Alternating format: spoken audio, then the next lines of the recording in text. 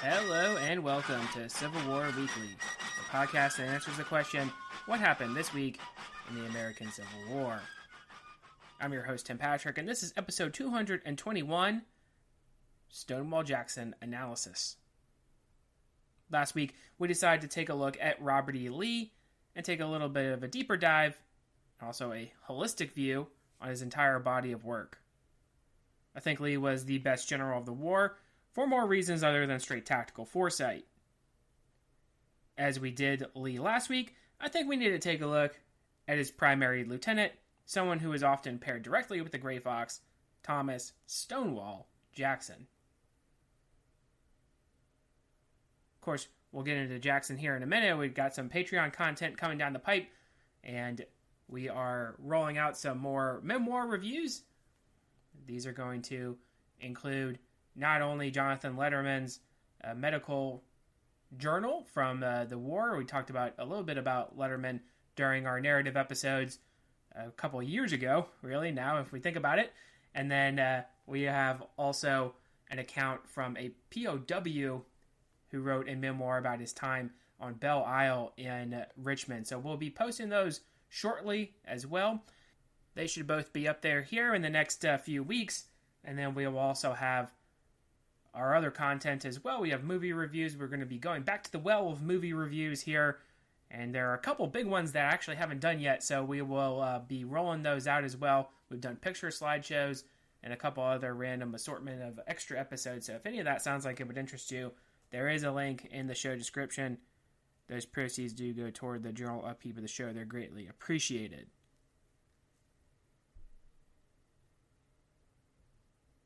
Now, with Lee, we had a kind of running analysis in the narrative.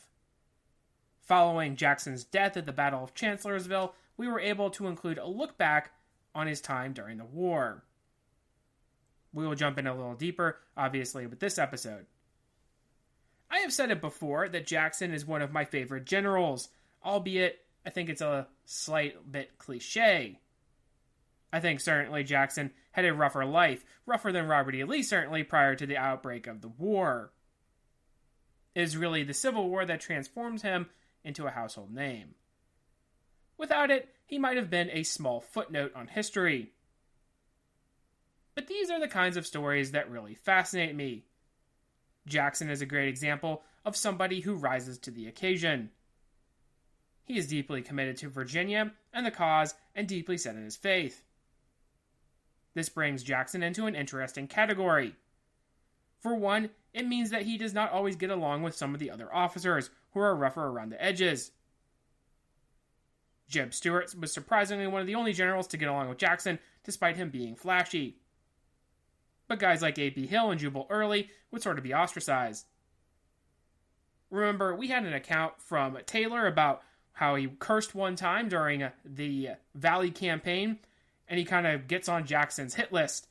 And even further than that, during an active combat situation, Jackson is going to take Taylor and say, hey, I'm going to lecture you on why you shouldn't be using curse words, even though we're taking small arms fire. So that kind of gives you an idea of the kind of guy that Jackson really was.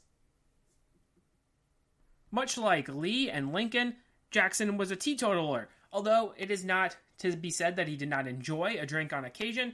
There are some specific accounts of him actually having alcohol, but generally he would abstain from drink. What he did possess was that on the battlefield, he was excellent in maneuver and also excellent in inspiring the troops. In this regard, he's actually very similar to Robert E. Lee. There's a cult following around him.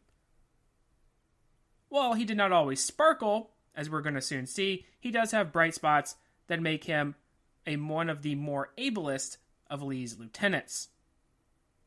We read from Henry Kidd Douglas about how the Confederate Second Corps was distraught at the death of their commander. The Stonewall Brigade would retain their title throughout the war, despite Jackson moving on in command, and also despite his death. One thing that we do need to clarify, though, is that despite the fact that Jackson is being analyzed, he was not the second to Lee. In many ways, he was second in terms of being on the same page, but Longstreet still held rank over Jackson, and should anything happen to the commanding officer, it would have been him to take the helm. Longstreet will be a subject for another one of these episodes in the future, as I think he's worth a deeper dive, but we mentioned how Lee makes use of his subordinates. In Jackson, he finds someone who buys into his system and knows how to operate in the way that he would like him to.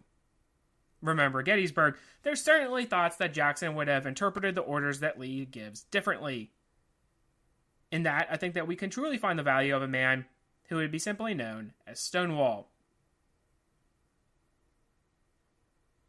Thomas would come from a family with early ties to America. His grandfather had served at Kings Mountain, a pivotal battle in the Revolutionary War that would frustrate the efforts of Cornwallis to control the Carolinas. Eventually, he would move into Virginia, where he would be bottled up at Yorktown, the battle which effectively ends the major military action of the Revolutionary War. Thomas would be born into what is now modern-day West Virginia. His father and sister would both die of typhoid, the former in 1827, when Jackson was only 6. His mother would continue on her own and eventually remarry, her new husband being less than receptive to having stepchildren. Thomas and his sister Laura would be removed to live with their grandmother, her dying in 1835. Meanwhile, his mother would die in 1836 after giving birth to a half-brother. With a lot of death and tough living early on, we can start to understand where Stonewall comes from. Jackson would live with his uncle at a place called Jackson's Mill. He would be sent to live with an aunt, but considered to be an outsider, he was not treated well and returned to Jackson's Mill, effectively running away. He would continue to work and serve on the farm at Jackson's Mill in his early years.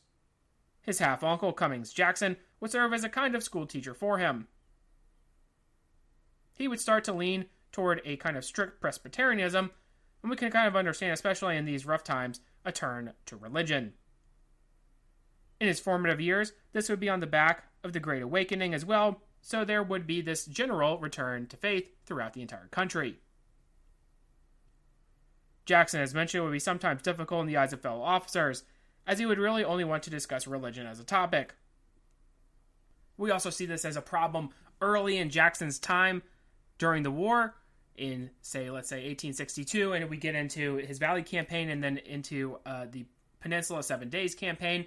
He tries to surround himself with individuals who are going to be more religiously affiliated. Right? Famously, his chief of staff is actually a minister before the war, and he's not really in a position to succeed as a chief of staff for an army of, say, 22,000 men. He's not going to be succeeding in that role, and so we have kind of this conflict between there being this focus on the religion aspect of things, but also trying to have an effective fighting force, have an effective army.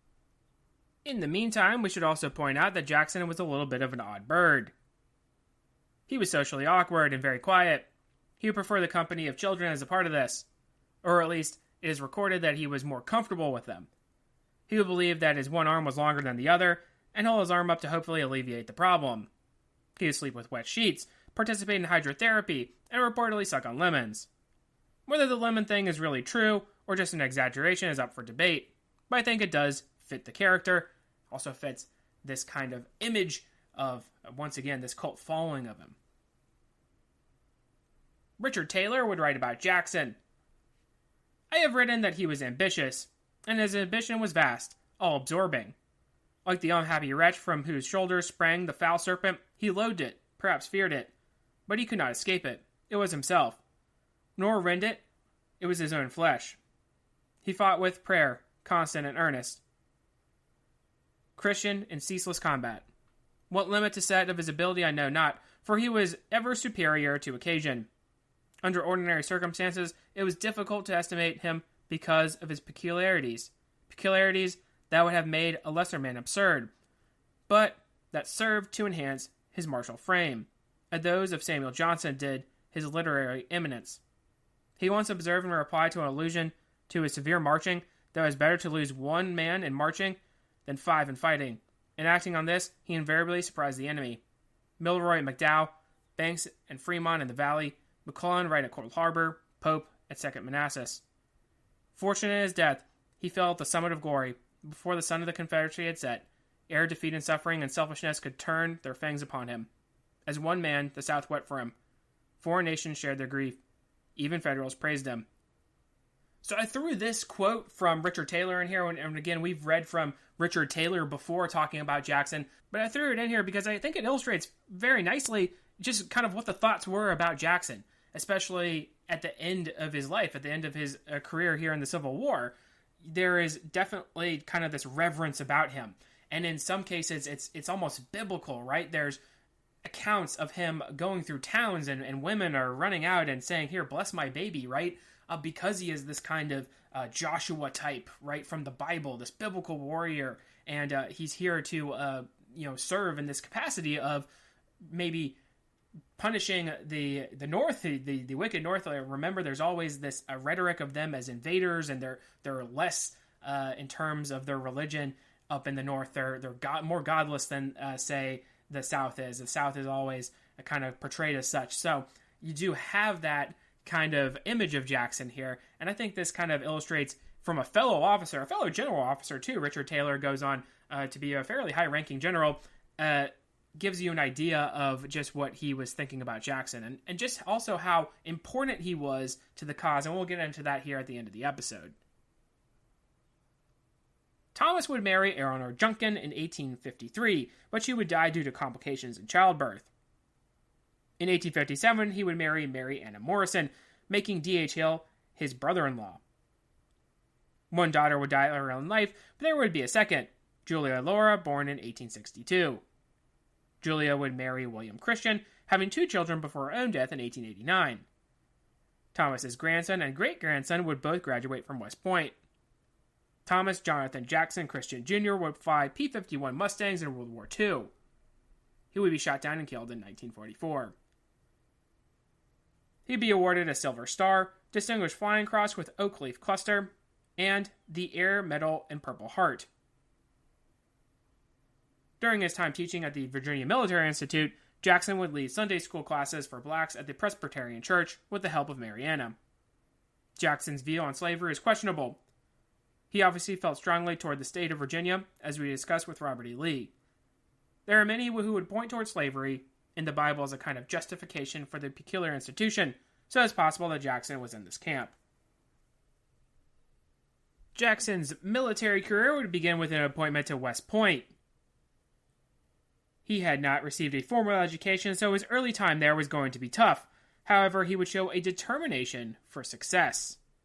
Jackson was actually the benefit of somebody deciding that they did not want to go to West Point, so he was able to hustle his way up there and join classes. When I say he was at a disadvantage, he essentially had to learn everything that set the foundation for a cadet at West Point, and then he had to learn the additional stuff, right? So I'm going to kind of talk a little bit about S.E. Gwynn's book, Rebel Yell, which talks about Jackson, one of the biographies I've read about him. And I think it does a pretty good job of illustrating just how advantaged George B. McClellan was coming in, because he had already received an education. He had already, some of these guys had already been to a college even, and had that kind of foundation, and then they're able to come into West Point and still succeed, right? Like George B. McClellan speaks French already, so he's definitely a leg up on Jackson, who doesn't speak French. But we do have some interesting accounts of his time there. He's roomed with George Stoneman, and we talked about it in our sub-episode going over the famous 1846 class. George Stoneman was Jackson's roommate. And then we also have a beginning of a rivalry with, say, A.P. Hill. A.P. Hill is there at the same time as Jackson, not the same class, but you have kind of this ostracizing of Jackson by some of these elites here a little bit. But overall, Jackson actually does a pretty good job of going in there, struggling, but then actually finishing fairly decently for where he started. Post-graduation, he's going to be assigned to an artillery regiment. From there, he would join Zachary Taylor's army for its move into northern Mexico. During the conflict, Jackson would show himself to be a capable artillery officer, at one point refusing to withdraw at the Battle of Chapultepec. He would show a ruthlessness when it came to his enemies, lobbing shells into retreating soldiers as they mixed into civilians. We have Jackson serving kind of in an offensive capacity as an artillery officer at one point during these battles. So there definitely is some aggressiveness there, and the same kind of aggressiveness that we're going to see when we get into the war.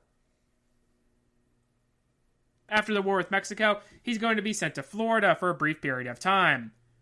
And during his time there, he's actually going to try to bring up charges on Blinky French, and kind of interesting interaction with Jackson here. There's not really a whole lot of evidence to suggest that Blinky French was cheating on his wife, but he's just going to kind of try to bring up charges against him. Jonathan Letterman, ironically enough, who we talked about here as a potential Patreon episode here, talking about his medical records. Jonathan Letterman is actually going to be brought into the case to try to testify. It's going to be kind of this very messy affair, and Jackson's going to get out of it by eventually going to teach at the Virginia Military Institute. During this time, he's going to get the nickname Tom Fool. During his lectures, if someone was to interrupt with a question, he would start from the very beginning again. So that gives you an idea of the kind of guy that he was. Still very odd, right? A lot of individuals talked about how he just didn't really look the part. He's not going to get along with every single professor at VMI while he's there. So there is kind of that kind of conflict with some of these other officers that will eventually, actually, some of them will serve in the Confederacy. When the war would break out in 1861, Jackson would move to join the Confederate forces, briefly serving as an engineer before moving to Harper's Ferry to train Confederates there. This is where he's going to begin to form the famous Stonewall Brigade. Jackson was also instrumental in moving the equipment out of the arsenal and to Richmond, and that's the same equipment that's going to be used at the Tredegar Iron Works, which is going to be a big source of armament for the Confederacy. So we're going to actually here begin our analysis on his career during the war, because as we know, in 1861, July of 1861 specifically, Jackson is going to start his career and start it off with a bang. So as we get into First Bull Run, prior to that battle, Jackson is going to be serving with the Army in the Valley with Joseph Johnson. Irvin McDowell, as we are going to soon find out, and we're going to go over the Battle of First Manassas here in a future episode, he's going to launch a wide flanking attack as part of the tactical thinking of the day.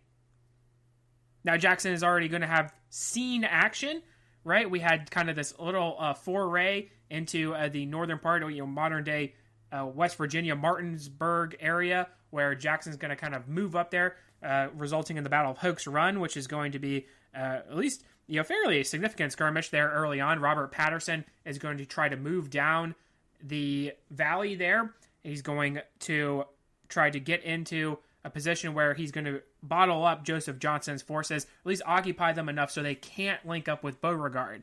Well, Jackson is going to, and there's not really a whole lot of action during this part of the campaign, but Jackson's going to hit Robert Patterson in the mouth, act defensively, and there's going to be a part where Jeb Stuart's going to kind of make a name for himself by capturing a large number of Pennsylvania soldiers as well. So there is this skirmish in the valley. So there is at least a little bit of experience already with Jackson being aggressive, but also knowing exactly how to use terrain to his advantage, which is also going to be pretty big in his future campaigns. Beauregard's also going to be planning on doing a flanking maneuver of his own. However, he's going to be having these forces build up on his right. And we'll talk about this when we get into First Bull Run, but he's going to start building up these forces on his right. Joseph Johnson's army is going to be coming in, so he's going to kind of have them scattered a little bit to the center and left. And that's where Jackson's actually going to find his brigade. And when the battle opens up, there is going to be semi-success in the flanking movement, where Irvin McDowell is going to have his force divided. They're going to get across Bull Run. They're going to first victimize Shanks Evans' brigade, and then they're going to engage with B and Bartow, who are both also part of Johnson's forces. Jackson is going to get into a good position on Henry House Hill. Again, he understands the good terrain, and he's going to use artillery to his advantage on that hill. So that way, when the artillery fires, the recoil is going to take them on a slope where they're going to be hidden, so that way they can just roll the artillery back up once they're ready to fire. So there's a good piece of terrain there for that. And we know that he is going to have kind of this famous incident with Bernard B., who is going to say famously, there stands Jackson like a stone wall. Now, whether he was being sarcastic in that comment, we don't actually know, because he is going to very shortly be mortally wounded. But we have Jackson, who's going to make this stand on Henry House Hill. He's kind of superseding his orders a little bit, which is where I kind of differ from the opinions. And I talked about S.E. Gwynn, where he's going to talk about Jackson during the 7 days. I think 7 days are probably the worst campaign for Jackson, and there's going to be a lot of excuses that kind of get thrown out as to, well, Jackson, he gets these orders from Lee. Well, we see a very good example here of how he's able to react on the field to the needs of the situation as it unfolds. And that's something that a great general does. They're able to take their orders, and they're going to know when they need to kind of bend it in order to meet the needs as the situation unfolds. And this is something that he does at First Bull Run. He's going to stay on Henry House Hill. He's not going to join the defense on Matthews Hill. It's not going to be as good of a defensive position. So he's going to stay there. And we have famously his stand. He's going to be helped out by other reinforcements being filtered in, as well as Kirby Smith, who Kirby Smith is also going to have some nice notoriety from showing up, even though he actually gets knocked out of the action fairly early. And then we have the first victory of the Confederacy here at Bull Run. Jackson's going to famously wish to lead men into Washington and capture the city. Well, at that time, having 10,000 men attack Washington is probably not going to work. It does show the aggressive nature of Jackson. We already talked about how he, during the war with Mexico, was kind of sort of throwing out these ideas of total war, where he has this idea of marching now into Pennsylvania, maybe burning Philadelphia, maybe hitting another target, such as that. He has kind of the same sort of ideas that William T. Sherman is going to have when he's marching through Georgia. We're going to make it hard for the North to continue to make war. We're going to make them tired of it, right? Because I think from the very outset, and this is something that maybe we've talked about here in a previous episode, from the very outset of the war, I think the South is under no illusion they're going to be able to conquer Northern territory, nor are they going to be able to just continue to defeat them in the field. There is this idea that, hey, there's going to be a time when there's just more resources for the North. They have more people, so that's going to be a problem for us. So how can we mitigate that? Well, this is something that Jackson, and he's on the same page as Robert E. Lee, who's going to launch his own invasions of the North, but he has this idea very early in the war. From First Manassas, we are going to shift to the Valley. That's where Jackson's going to be sent. He's going to be promoted to Major General in that time, and he's going to start to bump heads immediately with some of his subordinates. He's going to have his failed Romney campaign, which is going to include certain generals that he's going to start to dislike and try to cashier out of his ranks. And actually, post-Romney campaign, he is going to offer to resign. And it's going to be Governor Letcher from Virginia, as well as Robert E. Lee, are going to make sure that he doesn't resign. He started to bump heads with Jefferson Davis during this time. Davis is listening to some of his subordinate officers who are going to complain about him. The hard marching, this is where that begins, right? And the Romney campaign is unfortunate for several reasons, in that it is in winter, right? They're moving into the mountains. Jackson's trying to reclaim territory, Western Virginia. Certainly, there is an argument to be made that this is where he's from, so he is going to particularly dislike the fact that it's pro-Union and in Union hands. So he has this Romney campaign. He's going to start to turn things around, though, at Kernstown. And Kernstown is a defeat. It is considered to be really Jackson's only defeat in the field. Now, whether you can really say that that's true or not is up to debate, but he is going to start to turn things around there, because he's going to show up, he's going to use cavalry effectively as a screen, he's going to show up outside of Winchester, and then he's going to engage with Union forces. And he's going to blame Richard Garnett for the loss. Garnett, he knew from VMI and VMI staff, but Garnett's brigade is going to run out of ammunition and going to withdraw from the field, even though Jackson needs them to really stay put. So he is going to have a feud with Richard Garnett at this time as well.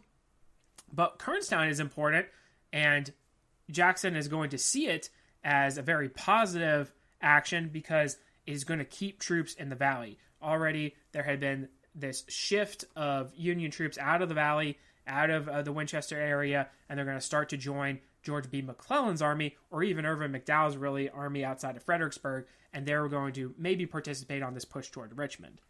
Well, Jackson's going to make sure that that does not happen. We really have Jackson's best campaign, and we talked about this in the narrative, really, where he is going to have a campaign of maneuver. His famous foot cavalry are going to be the key instrument in the Valley campaign. We have Richard Ewell who's going to show up. He's going to be a key subordinate. Richard Ewell, if nothing else, he can follow orders, right? So Jackson and his mysterious ways. Romney, he had kind of rolled out his plans, so he kind of told the subordinates what he was thinking, Council of War, whatnot, have you, right? But once that happens, he's like, well, never again. I'm never going to tell anybody my plans. Richard Ewell, ironically, is kind of the perfect person to be his primary subordinate in this because he really doesn't need to know the plans. All he needs to know is the orders, right? Whereas these other guys are like, well, I need to know exactly where we're going. It's really frustrating. And Ewell will talk about how frustrated he is, but he's going to turn around to it and to the brilliance of Jackson, especially as Jackson starts to have these victories. And we'll start that with McDowell, where he's going to swing out into Western Virginia. He's going to hit the Union forces there. John C. Fremont's going to be trying to come over the mountains there and capture Stanton. We have then his use of Massanutten Mountain, where he's going to move around into Front Royal, have a quick victory there, then shift over to Winchester, where he's going to victimize Nathaniel Banks and capture Winchester, which is a big win for the Confederacy. We have the remainder of these Union forces that have been started to shift into the Piedmont region, the central region of Virginia. Shields is going to come back in and try to hit at Jackson using the same kind of path through the Luray Valley. That's where we have Cross Keys and Port Republic outside of Harrisonburg, where Jackson's going to close the door on that. It's going to be very Napoleonic in maneuver, and numerical advantages are going to be used to defeat the Northern troops in this campaign. Now, we've talked before about the quality of federal officers, and how sometimes Jackson receives a demerit for this. But I've thrown this out before in that you win the battles that you're supposed to win, right? Like, if Jackson had been defeated by some of these smaller forces, then we certainly could criticize him. But because he is able to set it up where he's able to defeat them kind of piecemeal, I think there's something to be said about that and how the Valley campaign might be one of the better campaigns of the Civil War. Post-Valley campaign, Jackson is going to be called to join the forces outside of Richmond. Robert E. Lee, of course, famously has taken command of the Confederate forces following Joseph Johnson's wounding, and he is going to shift those forces out of the valley. They've done their job. They've locked down some troops. They've won some victories. Certainly, morale is now higher for the Confederacy. We've talked before about how in this particular period, spring of 1862, things aren't going well, right? Shiloh happened. That eliminates probably your best, or well, at least considered to be the best field commander who's going to die, Albert Sidney Johnston. So we had that huge battle in terms of how there's casualties in that battle that are going to surpass casualties for every single American war up to that point, right? So we have this huge battle that's going to end up being a loss for the Confederacy. Henry Halleck is then going to move down and capture Corinth. We have New Orleans falling, right? That's the biggest city in the Confederacy. And then we have Seven Pines, where Joseph Johnson is going to be wounded. And now George B. McClellan is at the gates of Richmond. So things aren't going well, except for Jackson's Valley campaign, where he's going to start winning these victories. And there is going to be some nice positive press for him as a result. But what is not positive is that when he shows up, he is going to be suffering certainly from some kind of battle fatigue. Famously, Jackson's not really going to sleep a whole lot during these campaigns. He's not going to sleep a whole lot during the Valley campaign because it is very important, and he's leaving a lot of the kind of detail to himself. He's not utilizing his staff in a way that's going to make it easy for him. He's going to try to control everything, which is, one of the things that we can probably criticize Jackson for. And we kind of understand why he's doing that, because, again, he's going to lack trust in these individuals post-Romney. But from the outset, Jackson's going to be given a really important role in the 7 days. Robert E. Lee has figured out that the flank of the Union Army is in the air, and so he's going to be able to try to come in the rear and behind the Union forces. He also knows that the Union forces are divided. We talked about this in previous episodes. Chickahominy Swamp, Chickahominy River is going to divide the Union Army, so Fitzjohn Porter's 5th Corps is going to be isolated on one side. He's not going to be able to get support very easily. So we kick off what is known as the 7 days. Jackson is going to lead his army in a flanking movement of Fitzjohn Porter's line. It's going to start at Mechanicsville.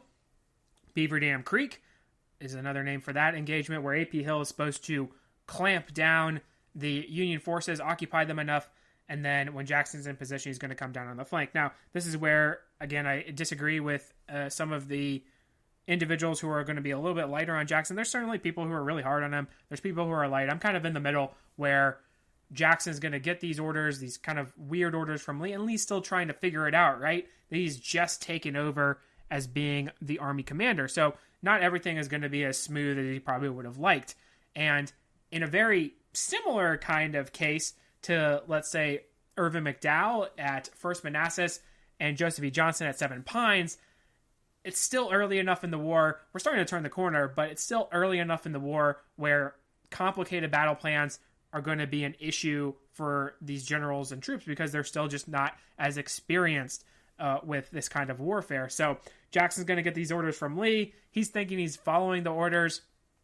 Now, Lawrence O'Brien Branch is going to famously know that Jackson's in position, or he's going to at least know that Jackson is kind of not going to be in position as well, right? He's not going to be in where he needs to be, and he's not really going to tell A.P. Hill, and A.P. Hill is going to launch this attack that's just going to rack up some casualties. So we have that being the opening of the 7 days.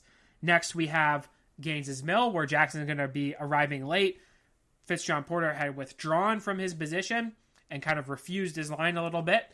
And we have Jackson, who's going to perform much in the same way, right? He's supposed to still come in on the flank. Well, we have this confusion over where he's supposed to go, Old Cold Harbor or New Cold Harbor, and then he's going to start to feed his units in piecemeal, right?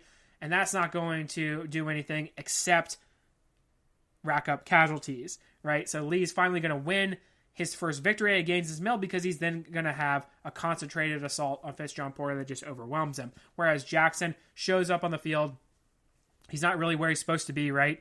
And Lee's going to, again, a little bit chastise him a little bit. A lot of people have kind of dissected how he reacts when Jackson shows up, whether he's saying, better late than never, essentially, right? Exactly what his meaning was behind that. But Jackson, again, is just going to feed his units in, and it's not going to be as effective. He's going to fail to cross at White Oak Swamp, and again, there's these excuses of how, he's not really following his orders. He knows there's a crossing of the swamp. He knows he can actually get around the Union line, but he just doesn't do it. And then we have Malvern Hill finally, and Malvern Hill is an unfortunate battle for many reasons. Lee is kind of desperate to sort of trap McClellan, I think, at this point, though if you really think about it, he's lost that opportunity. McClellan has made it to the river. He has gunboats. He's going to be able to get his army out of the situation. And then we have this attack from Jackson on the flank. And very famously, at the end of the Battle of Malvern Hill, there's this thought process among Confederate officers that says, well, they're going to obviously counterattack us now. We just had this assault. It failed. And they're going to counterattack us. And Jackson, who's at the end of his limits here, of his battle fatigue, is going to be falling asleep. And famously, he's going to say, oh, those people are going to be gone in the morning. And McClellan, of course, has moved his army to a position back to Harrison Landing. So we have him escaping.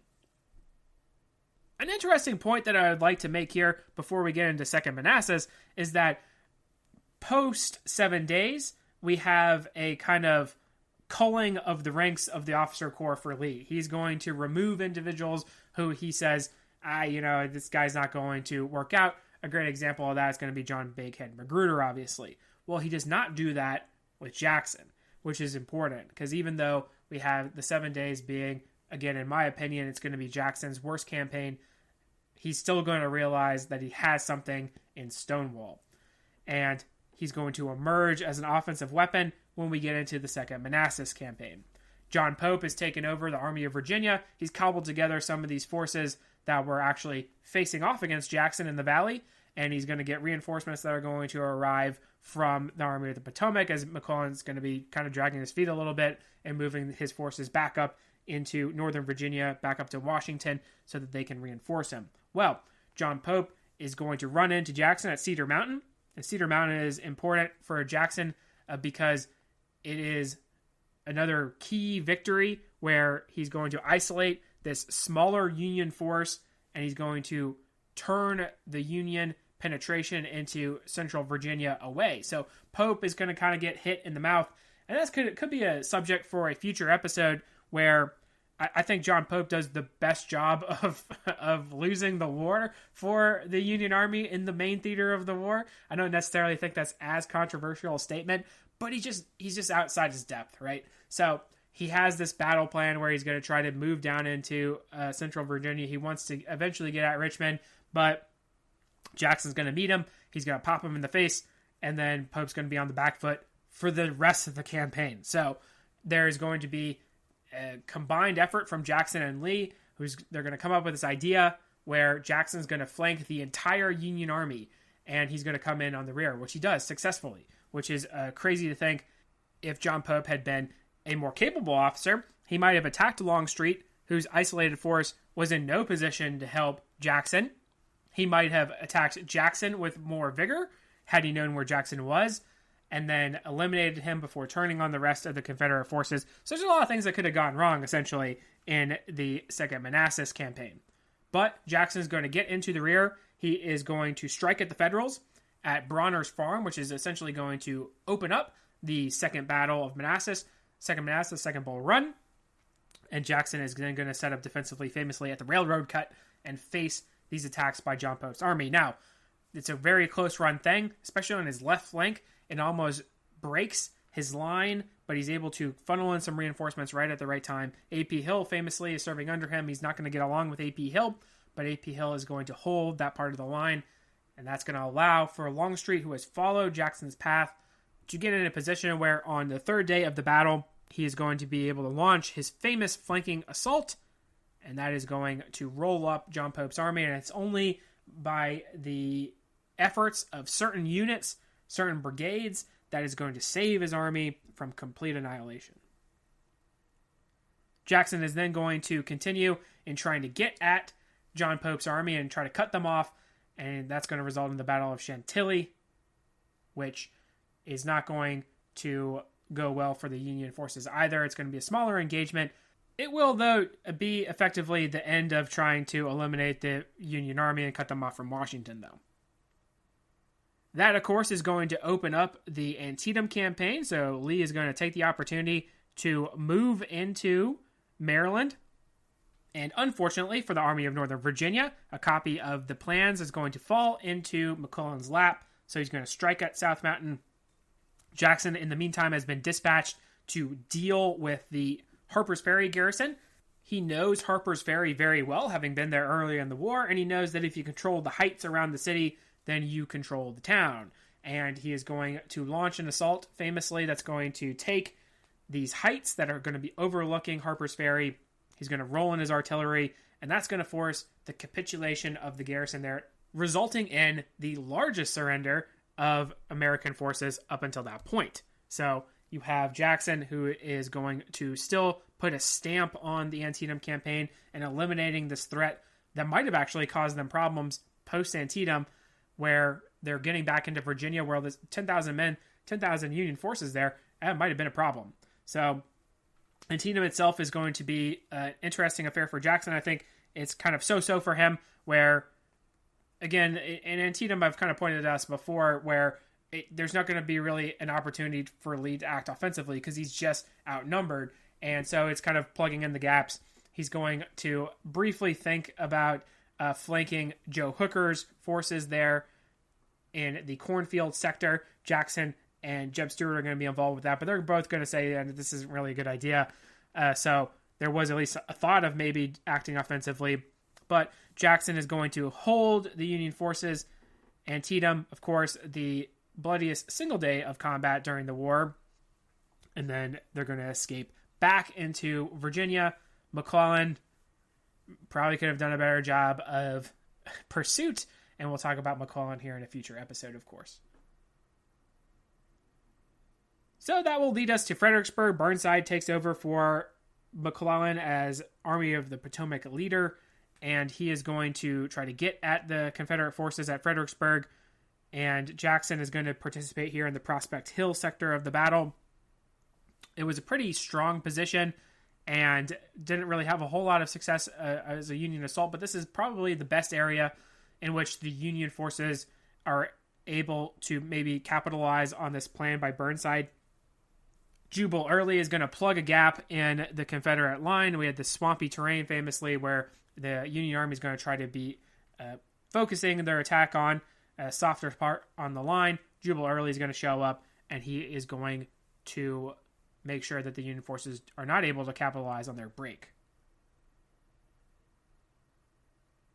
That's going to lead us to Chancellorsville, and this is going to be the high watermark of Jackson. He's going to do a good job first in blunting Hooker's strike into the open country past the Wilderness on the first day of the battle.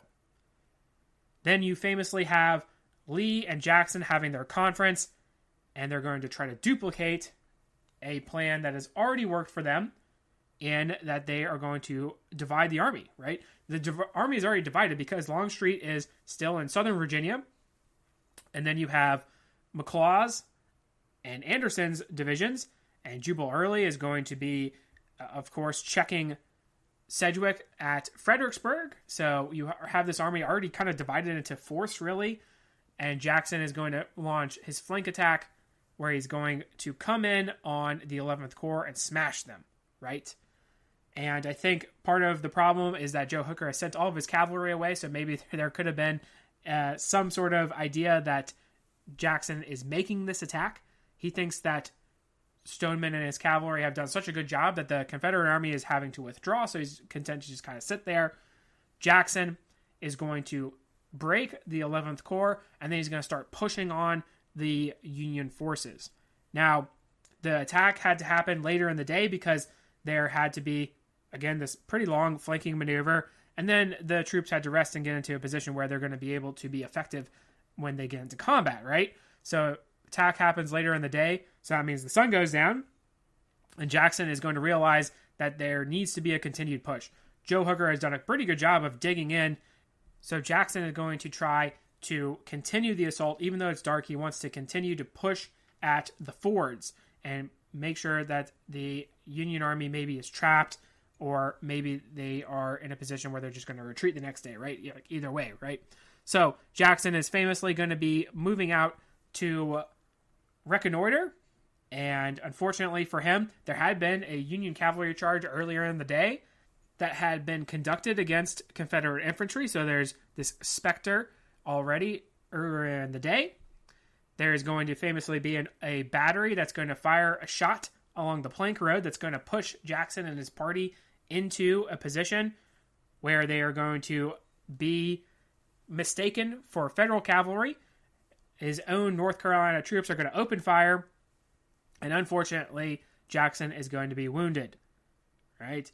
Not only is he going to be wounded, but you have an individual like A.P. Hill who's going to essentially see his entire staff become casualties, killed or wounded during that firing, and Jackson is going to be taken from the field. Now, he's going to be dropped twice. There's going to be continued firing going on. The volley had stirred up the Union forces, so they're going to start opening fire, so there's going to be some continued action going on. Jackson's going to be dropped, and a lot of people have pointed out the fact that he gets dropped as sort of the reason why he's actually going to be succumbing to these injuries, as time is also of the essence. Hunter McGuire, who's his surgeon, is going to go with him, and he's going to amputate his arm. And for a while there, it looked like he was going to turn things around. he gets taken to Guinea Station where he's going to be recovering, but then he's going to catch pneumonia and die from complications of that on May 10th. Now, what are the reactions that we can have from Stonewall Jackson and his death? In that it does have a dark mark on the Confederacy. Really, actually, both sides are going to have this kind of strange memorial for him. We've talked before about how Union forces are often more charitable in their view of the Confederates than the Confederates are for the Union forces, right? Well, Stonewall Jackson is kind of like the guy. Even Union prisoners want to look at him. Even though they've been captured, they've been just fighting against his army, but they're going to say, whoa, I kind of want to go see Jackson, right? So there's going to be kind of this reverence for him on that side as well. So there's going to be just kind of this mass mourning of him. It's going to be one of the first really large funerals that's going to be kind of a nationwide sort of deal for Jackson. The loss for Lee is going to be huge, especially on the eve of his invasion and the largest battle of the war at Gettysburg. But what can we really say of Jackson? Well, you might be surprised to have heard several of these battles where he turns in a less than stellar performance. We can certainly look at some of these 1862 battles where he either shines or he's just kind of there, right? Hard to really score a good versus a bad, but my count of total battles we have maybe 9-7 in favor of Jackson, and that's counting Antietam as bad. And when I say bad, I mean like losses or subpar performances. So don't get it twisted. I'm not saying that he definitively is taking these huge L's in these losses, but you get the idea. So what exactly is the allure for Jackson? Well, in an army where Longstreet is considered to be the defensive wing and Jackson is the offensive, the value of Jackson increases. Lee trusts Stonewall to act independently. It is not to say that he does not trust Old Pete, but Jackson proves to be superior in that regard because he operates more on the same wavelength as Morris Robert. The lack of independent operating later in the war is going to be heavily felt. We take that and then we can really understand that in some ways, it's not what Jackson did before 1863, but rather what he could have done post-Chancellorsville. Now I know that is not what some of you like to hear, but I think that that is the conundrum that is Stonewall Jackson, right? We have Gettysburg, of course, there's all these what-ifs. I know I always play with what-if scenarios, but Gettysburg certainly is a huge what-if, right? Jackson had been there. If he had been operating instead of Ewell, would it have rolled out differently? I think it would have rolled out quite differently, really. Would Jackson have eventually been sent to reorganize Braxton Bragg's army? Could Jackson have turned around that army, whereas these other individuals, like, say, John Bell Hood, sort of fail? I think that that is also a great what-if. If Jackson had eventually been shifted away from being under Robert E. Lee, Robert E. Lee has somebody he can trust. He's going to advocate to Jefferson Davis. Jackson is already this figure, and we talked about this in the narrative where Jackson, his importance is with his image, right? He's the guy. This is the most famous officer, and he wins all these victories. He has this biblical kind of nature to him and about him. So if he shows up in the subtheater of the war, is he going to be able to turn that army around? I sort of think he would, right? There's just going to be a different kind of morale versus having Braxton Bragg. John Bell Hood kind of brings with him a little bit of morale, but he's also going to not perform well like right out the gate, and that's not really going to go well for him. So that is an interesting what if that I can throw out there. And again, that's what Jackson really brings to the table. He has this cult around him that I think is super important. And I talked about this with Robert E. Lee as well, where it's important to have kind of this nature to you that is going to lead to victories. And Jackson certainly has that. And that's why I think he's one of the more fascinating officers of the war. With that, I'm going to go ahead and call this episode to a close. We talk now Lee and Jackson and really analyze more both in depth. In many ways, this is going to be a good lead-in to a redo episode that we're going to do. We're going to talk about battles that maybe I wanted to go more in depth on, maybe just redo the episode just in general. Well, the first one of that, I can't think of a better place to start than First Manassas. So next episode, that is exactly what we're going to be talking about. If you like what you hear, please make sure to leave a review. Posted in the description should be a link to the website as well as Patreon information. Support for the general upkeep of the show is greatly appreciated. Feedback's always welcome. Questions, comments, concerns, the email is cwweeklypod@gmail.com. Thank you all so much for listening, and have a great week.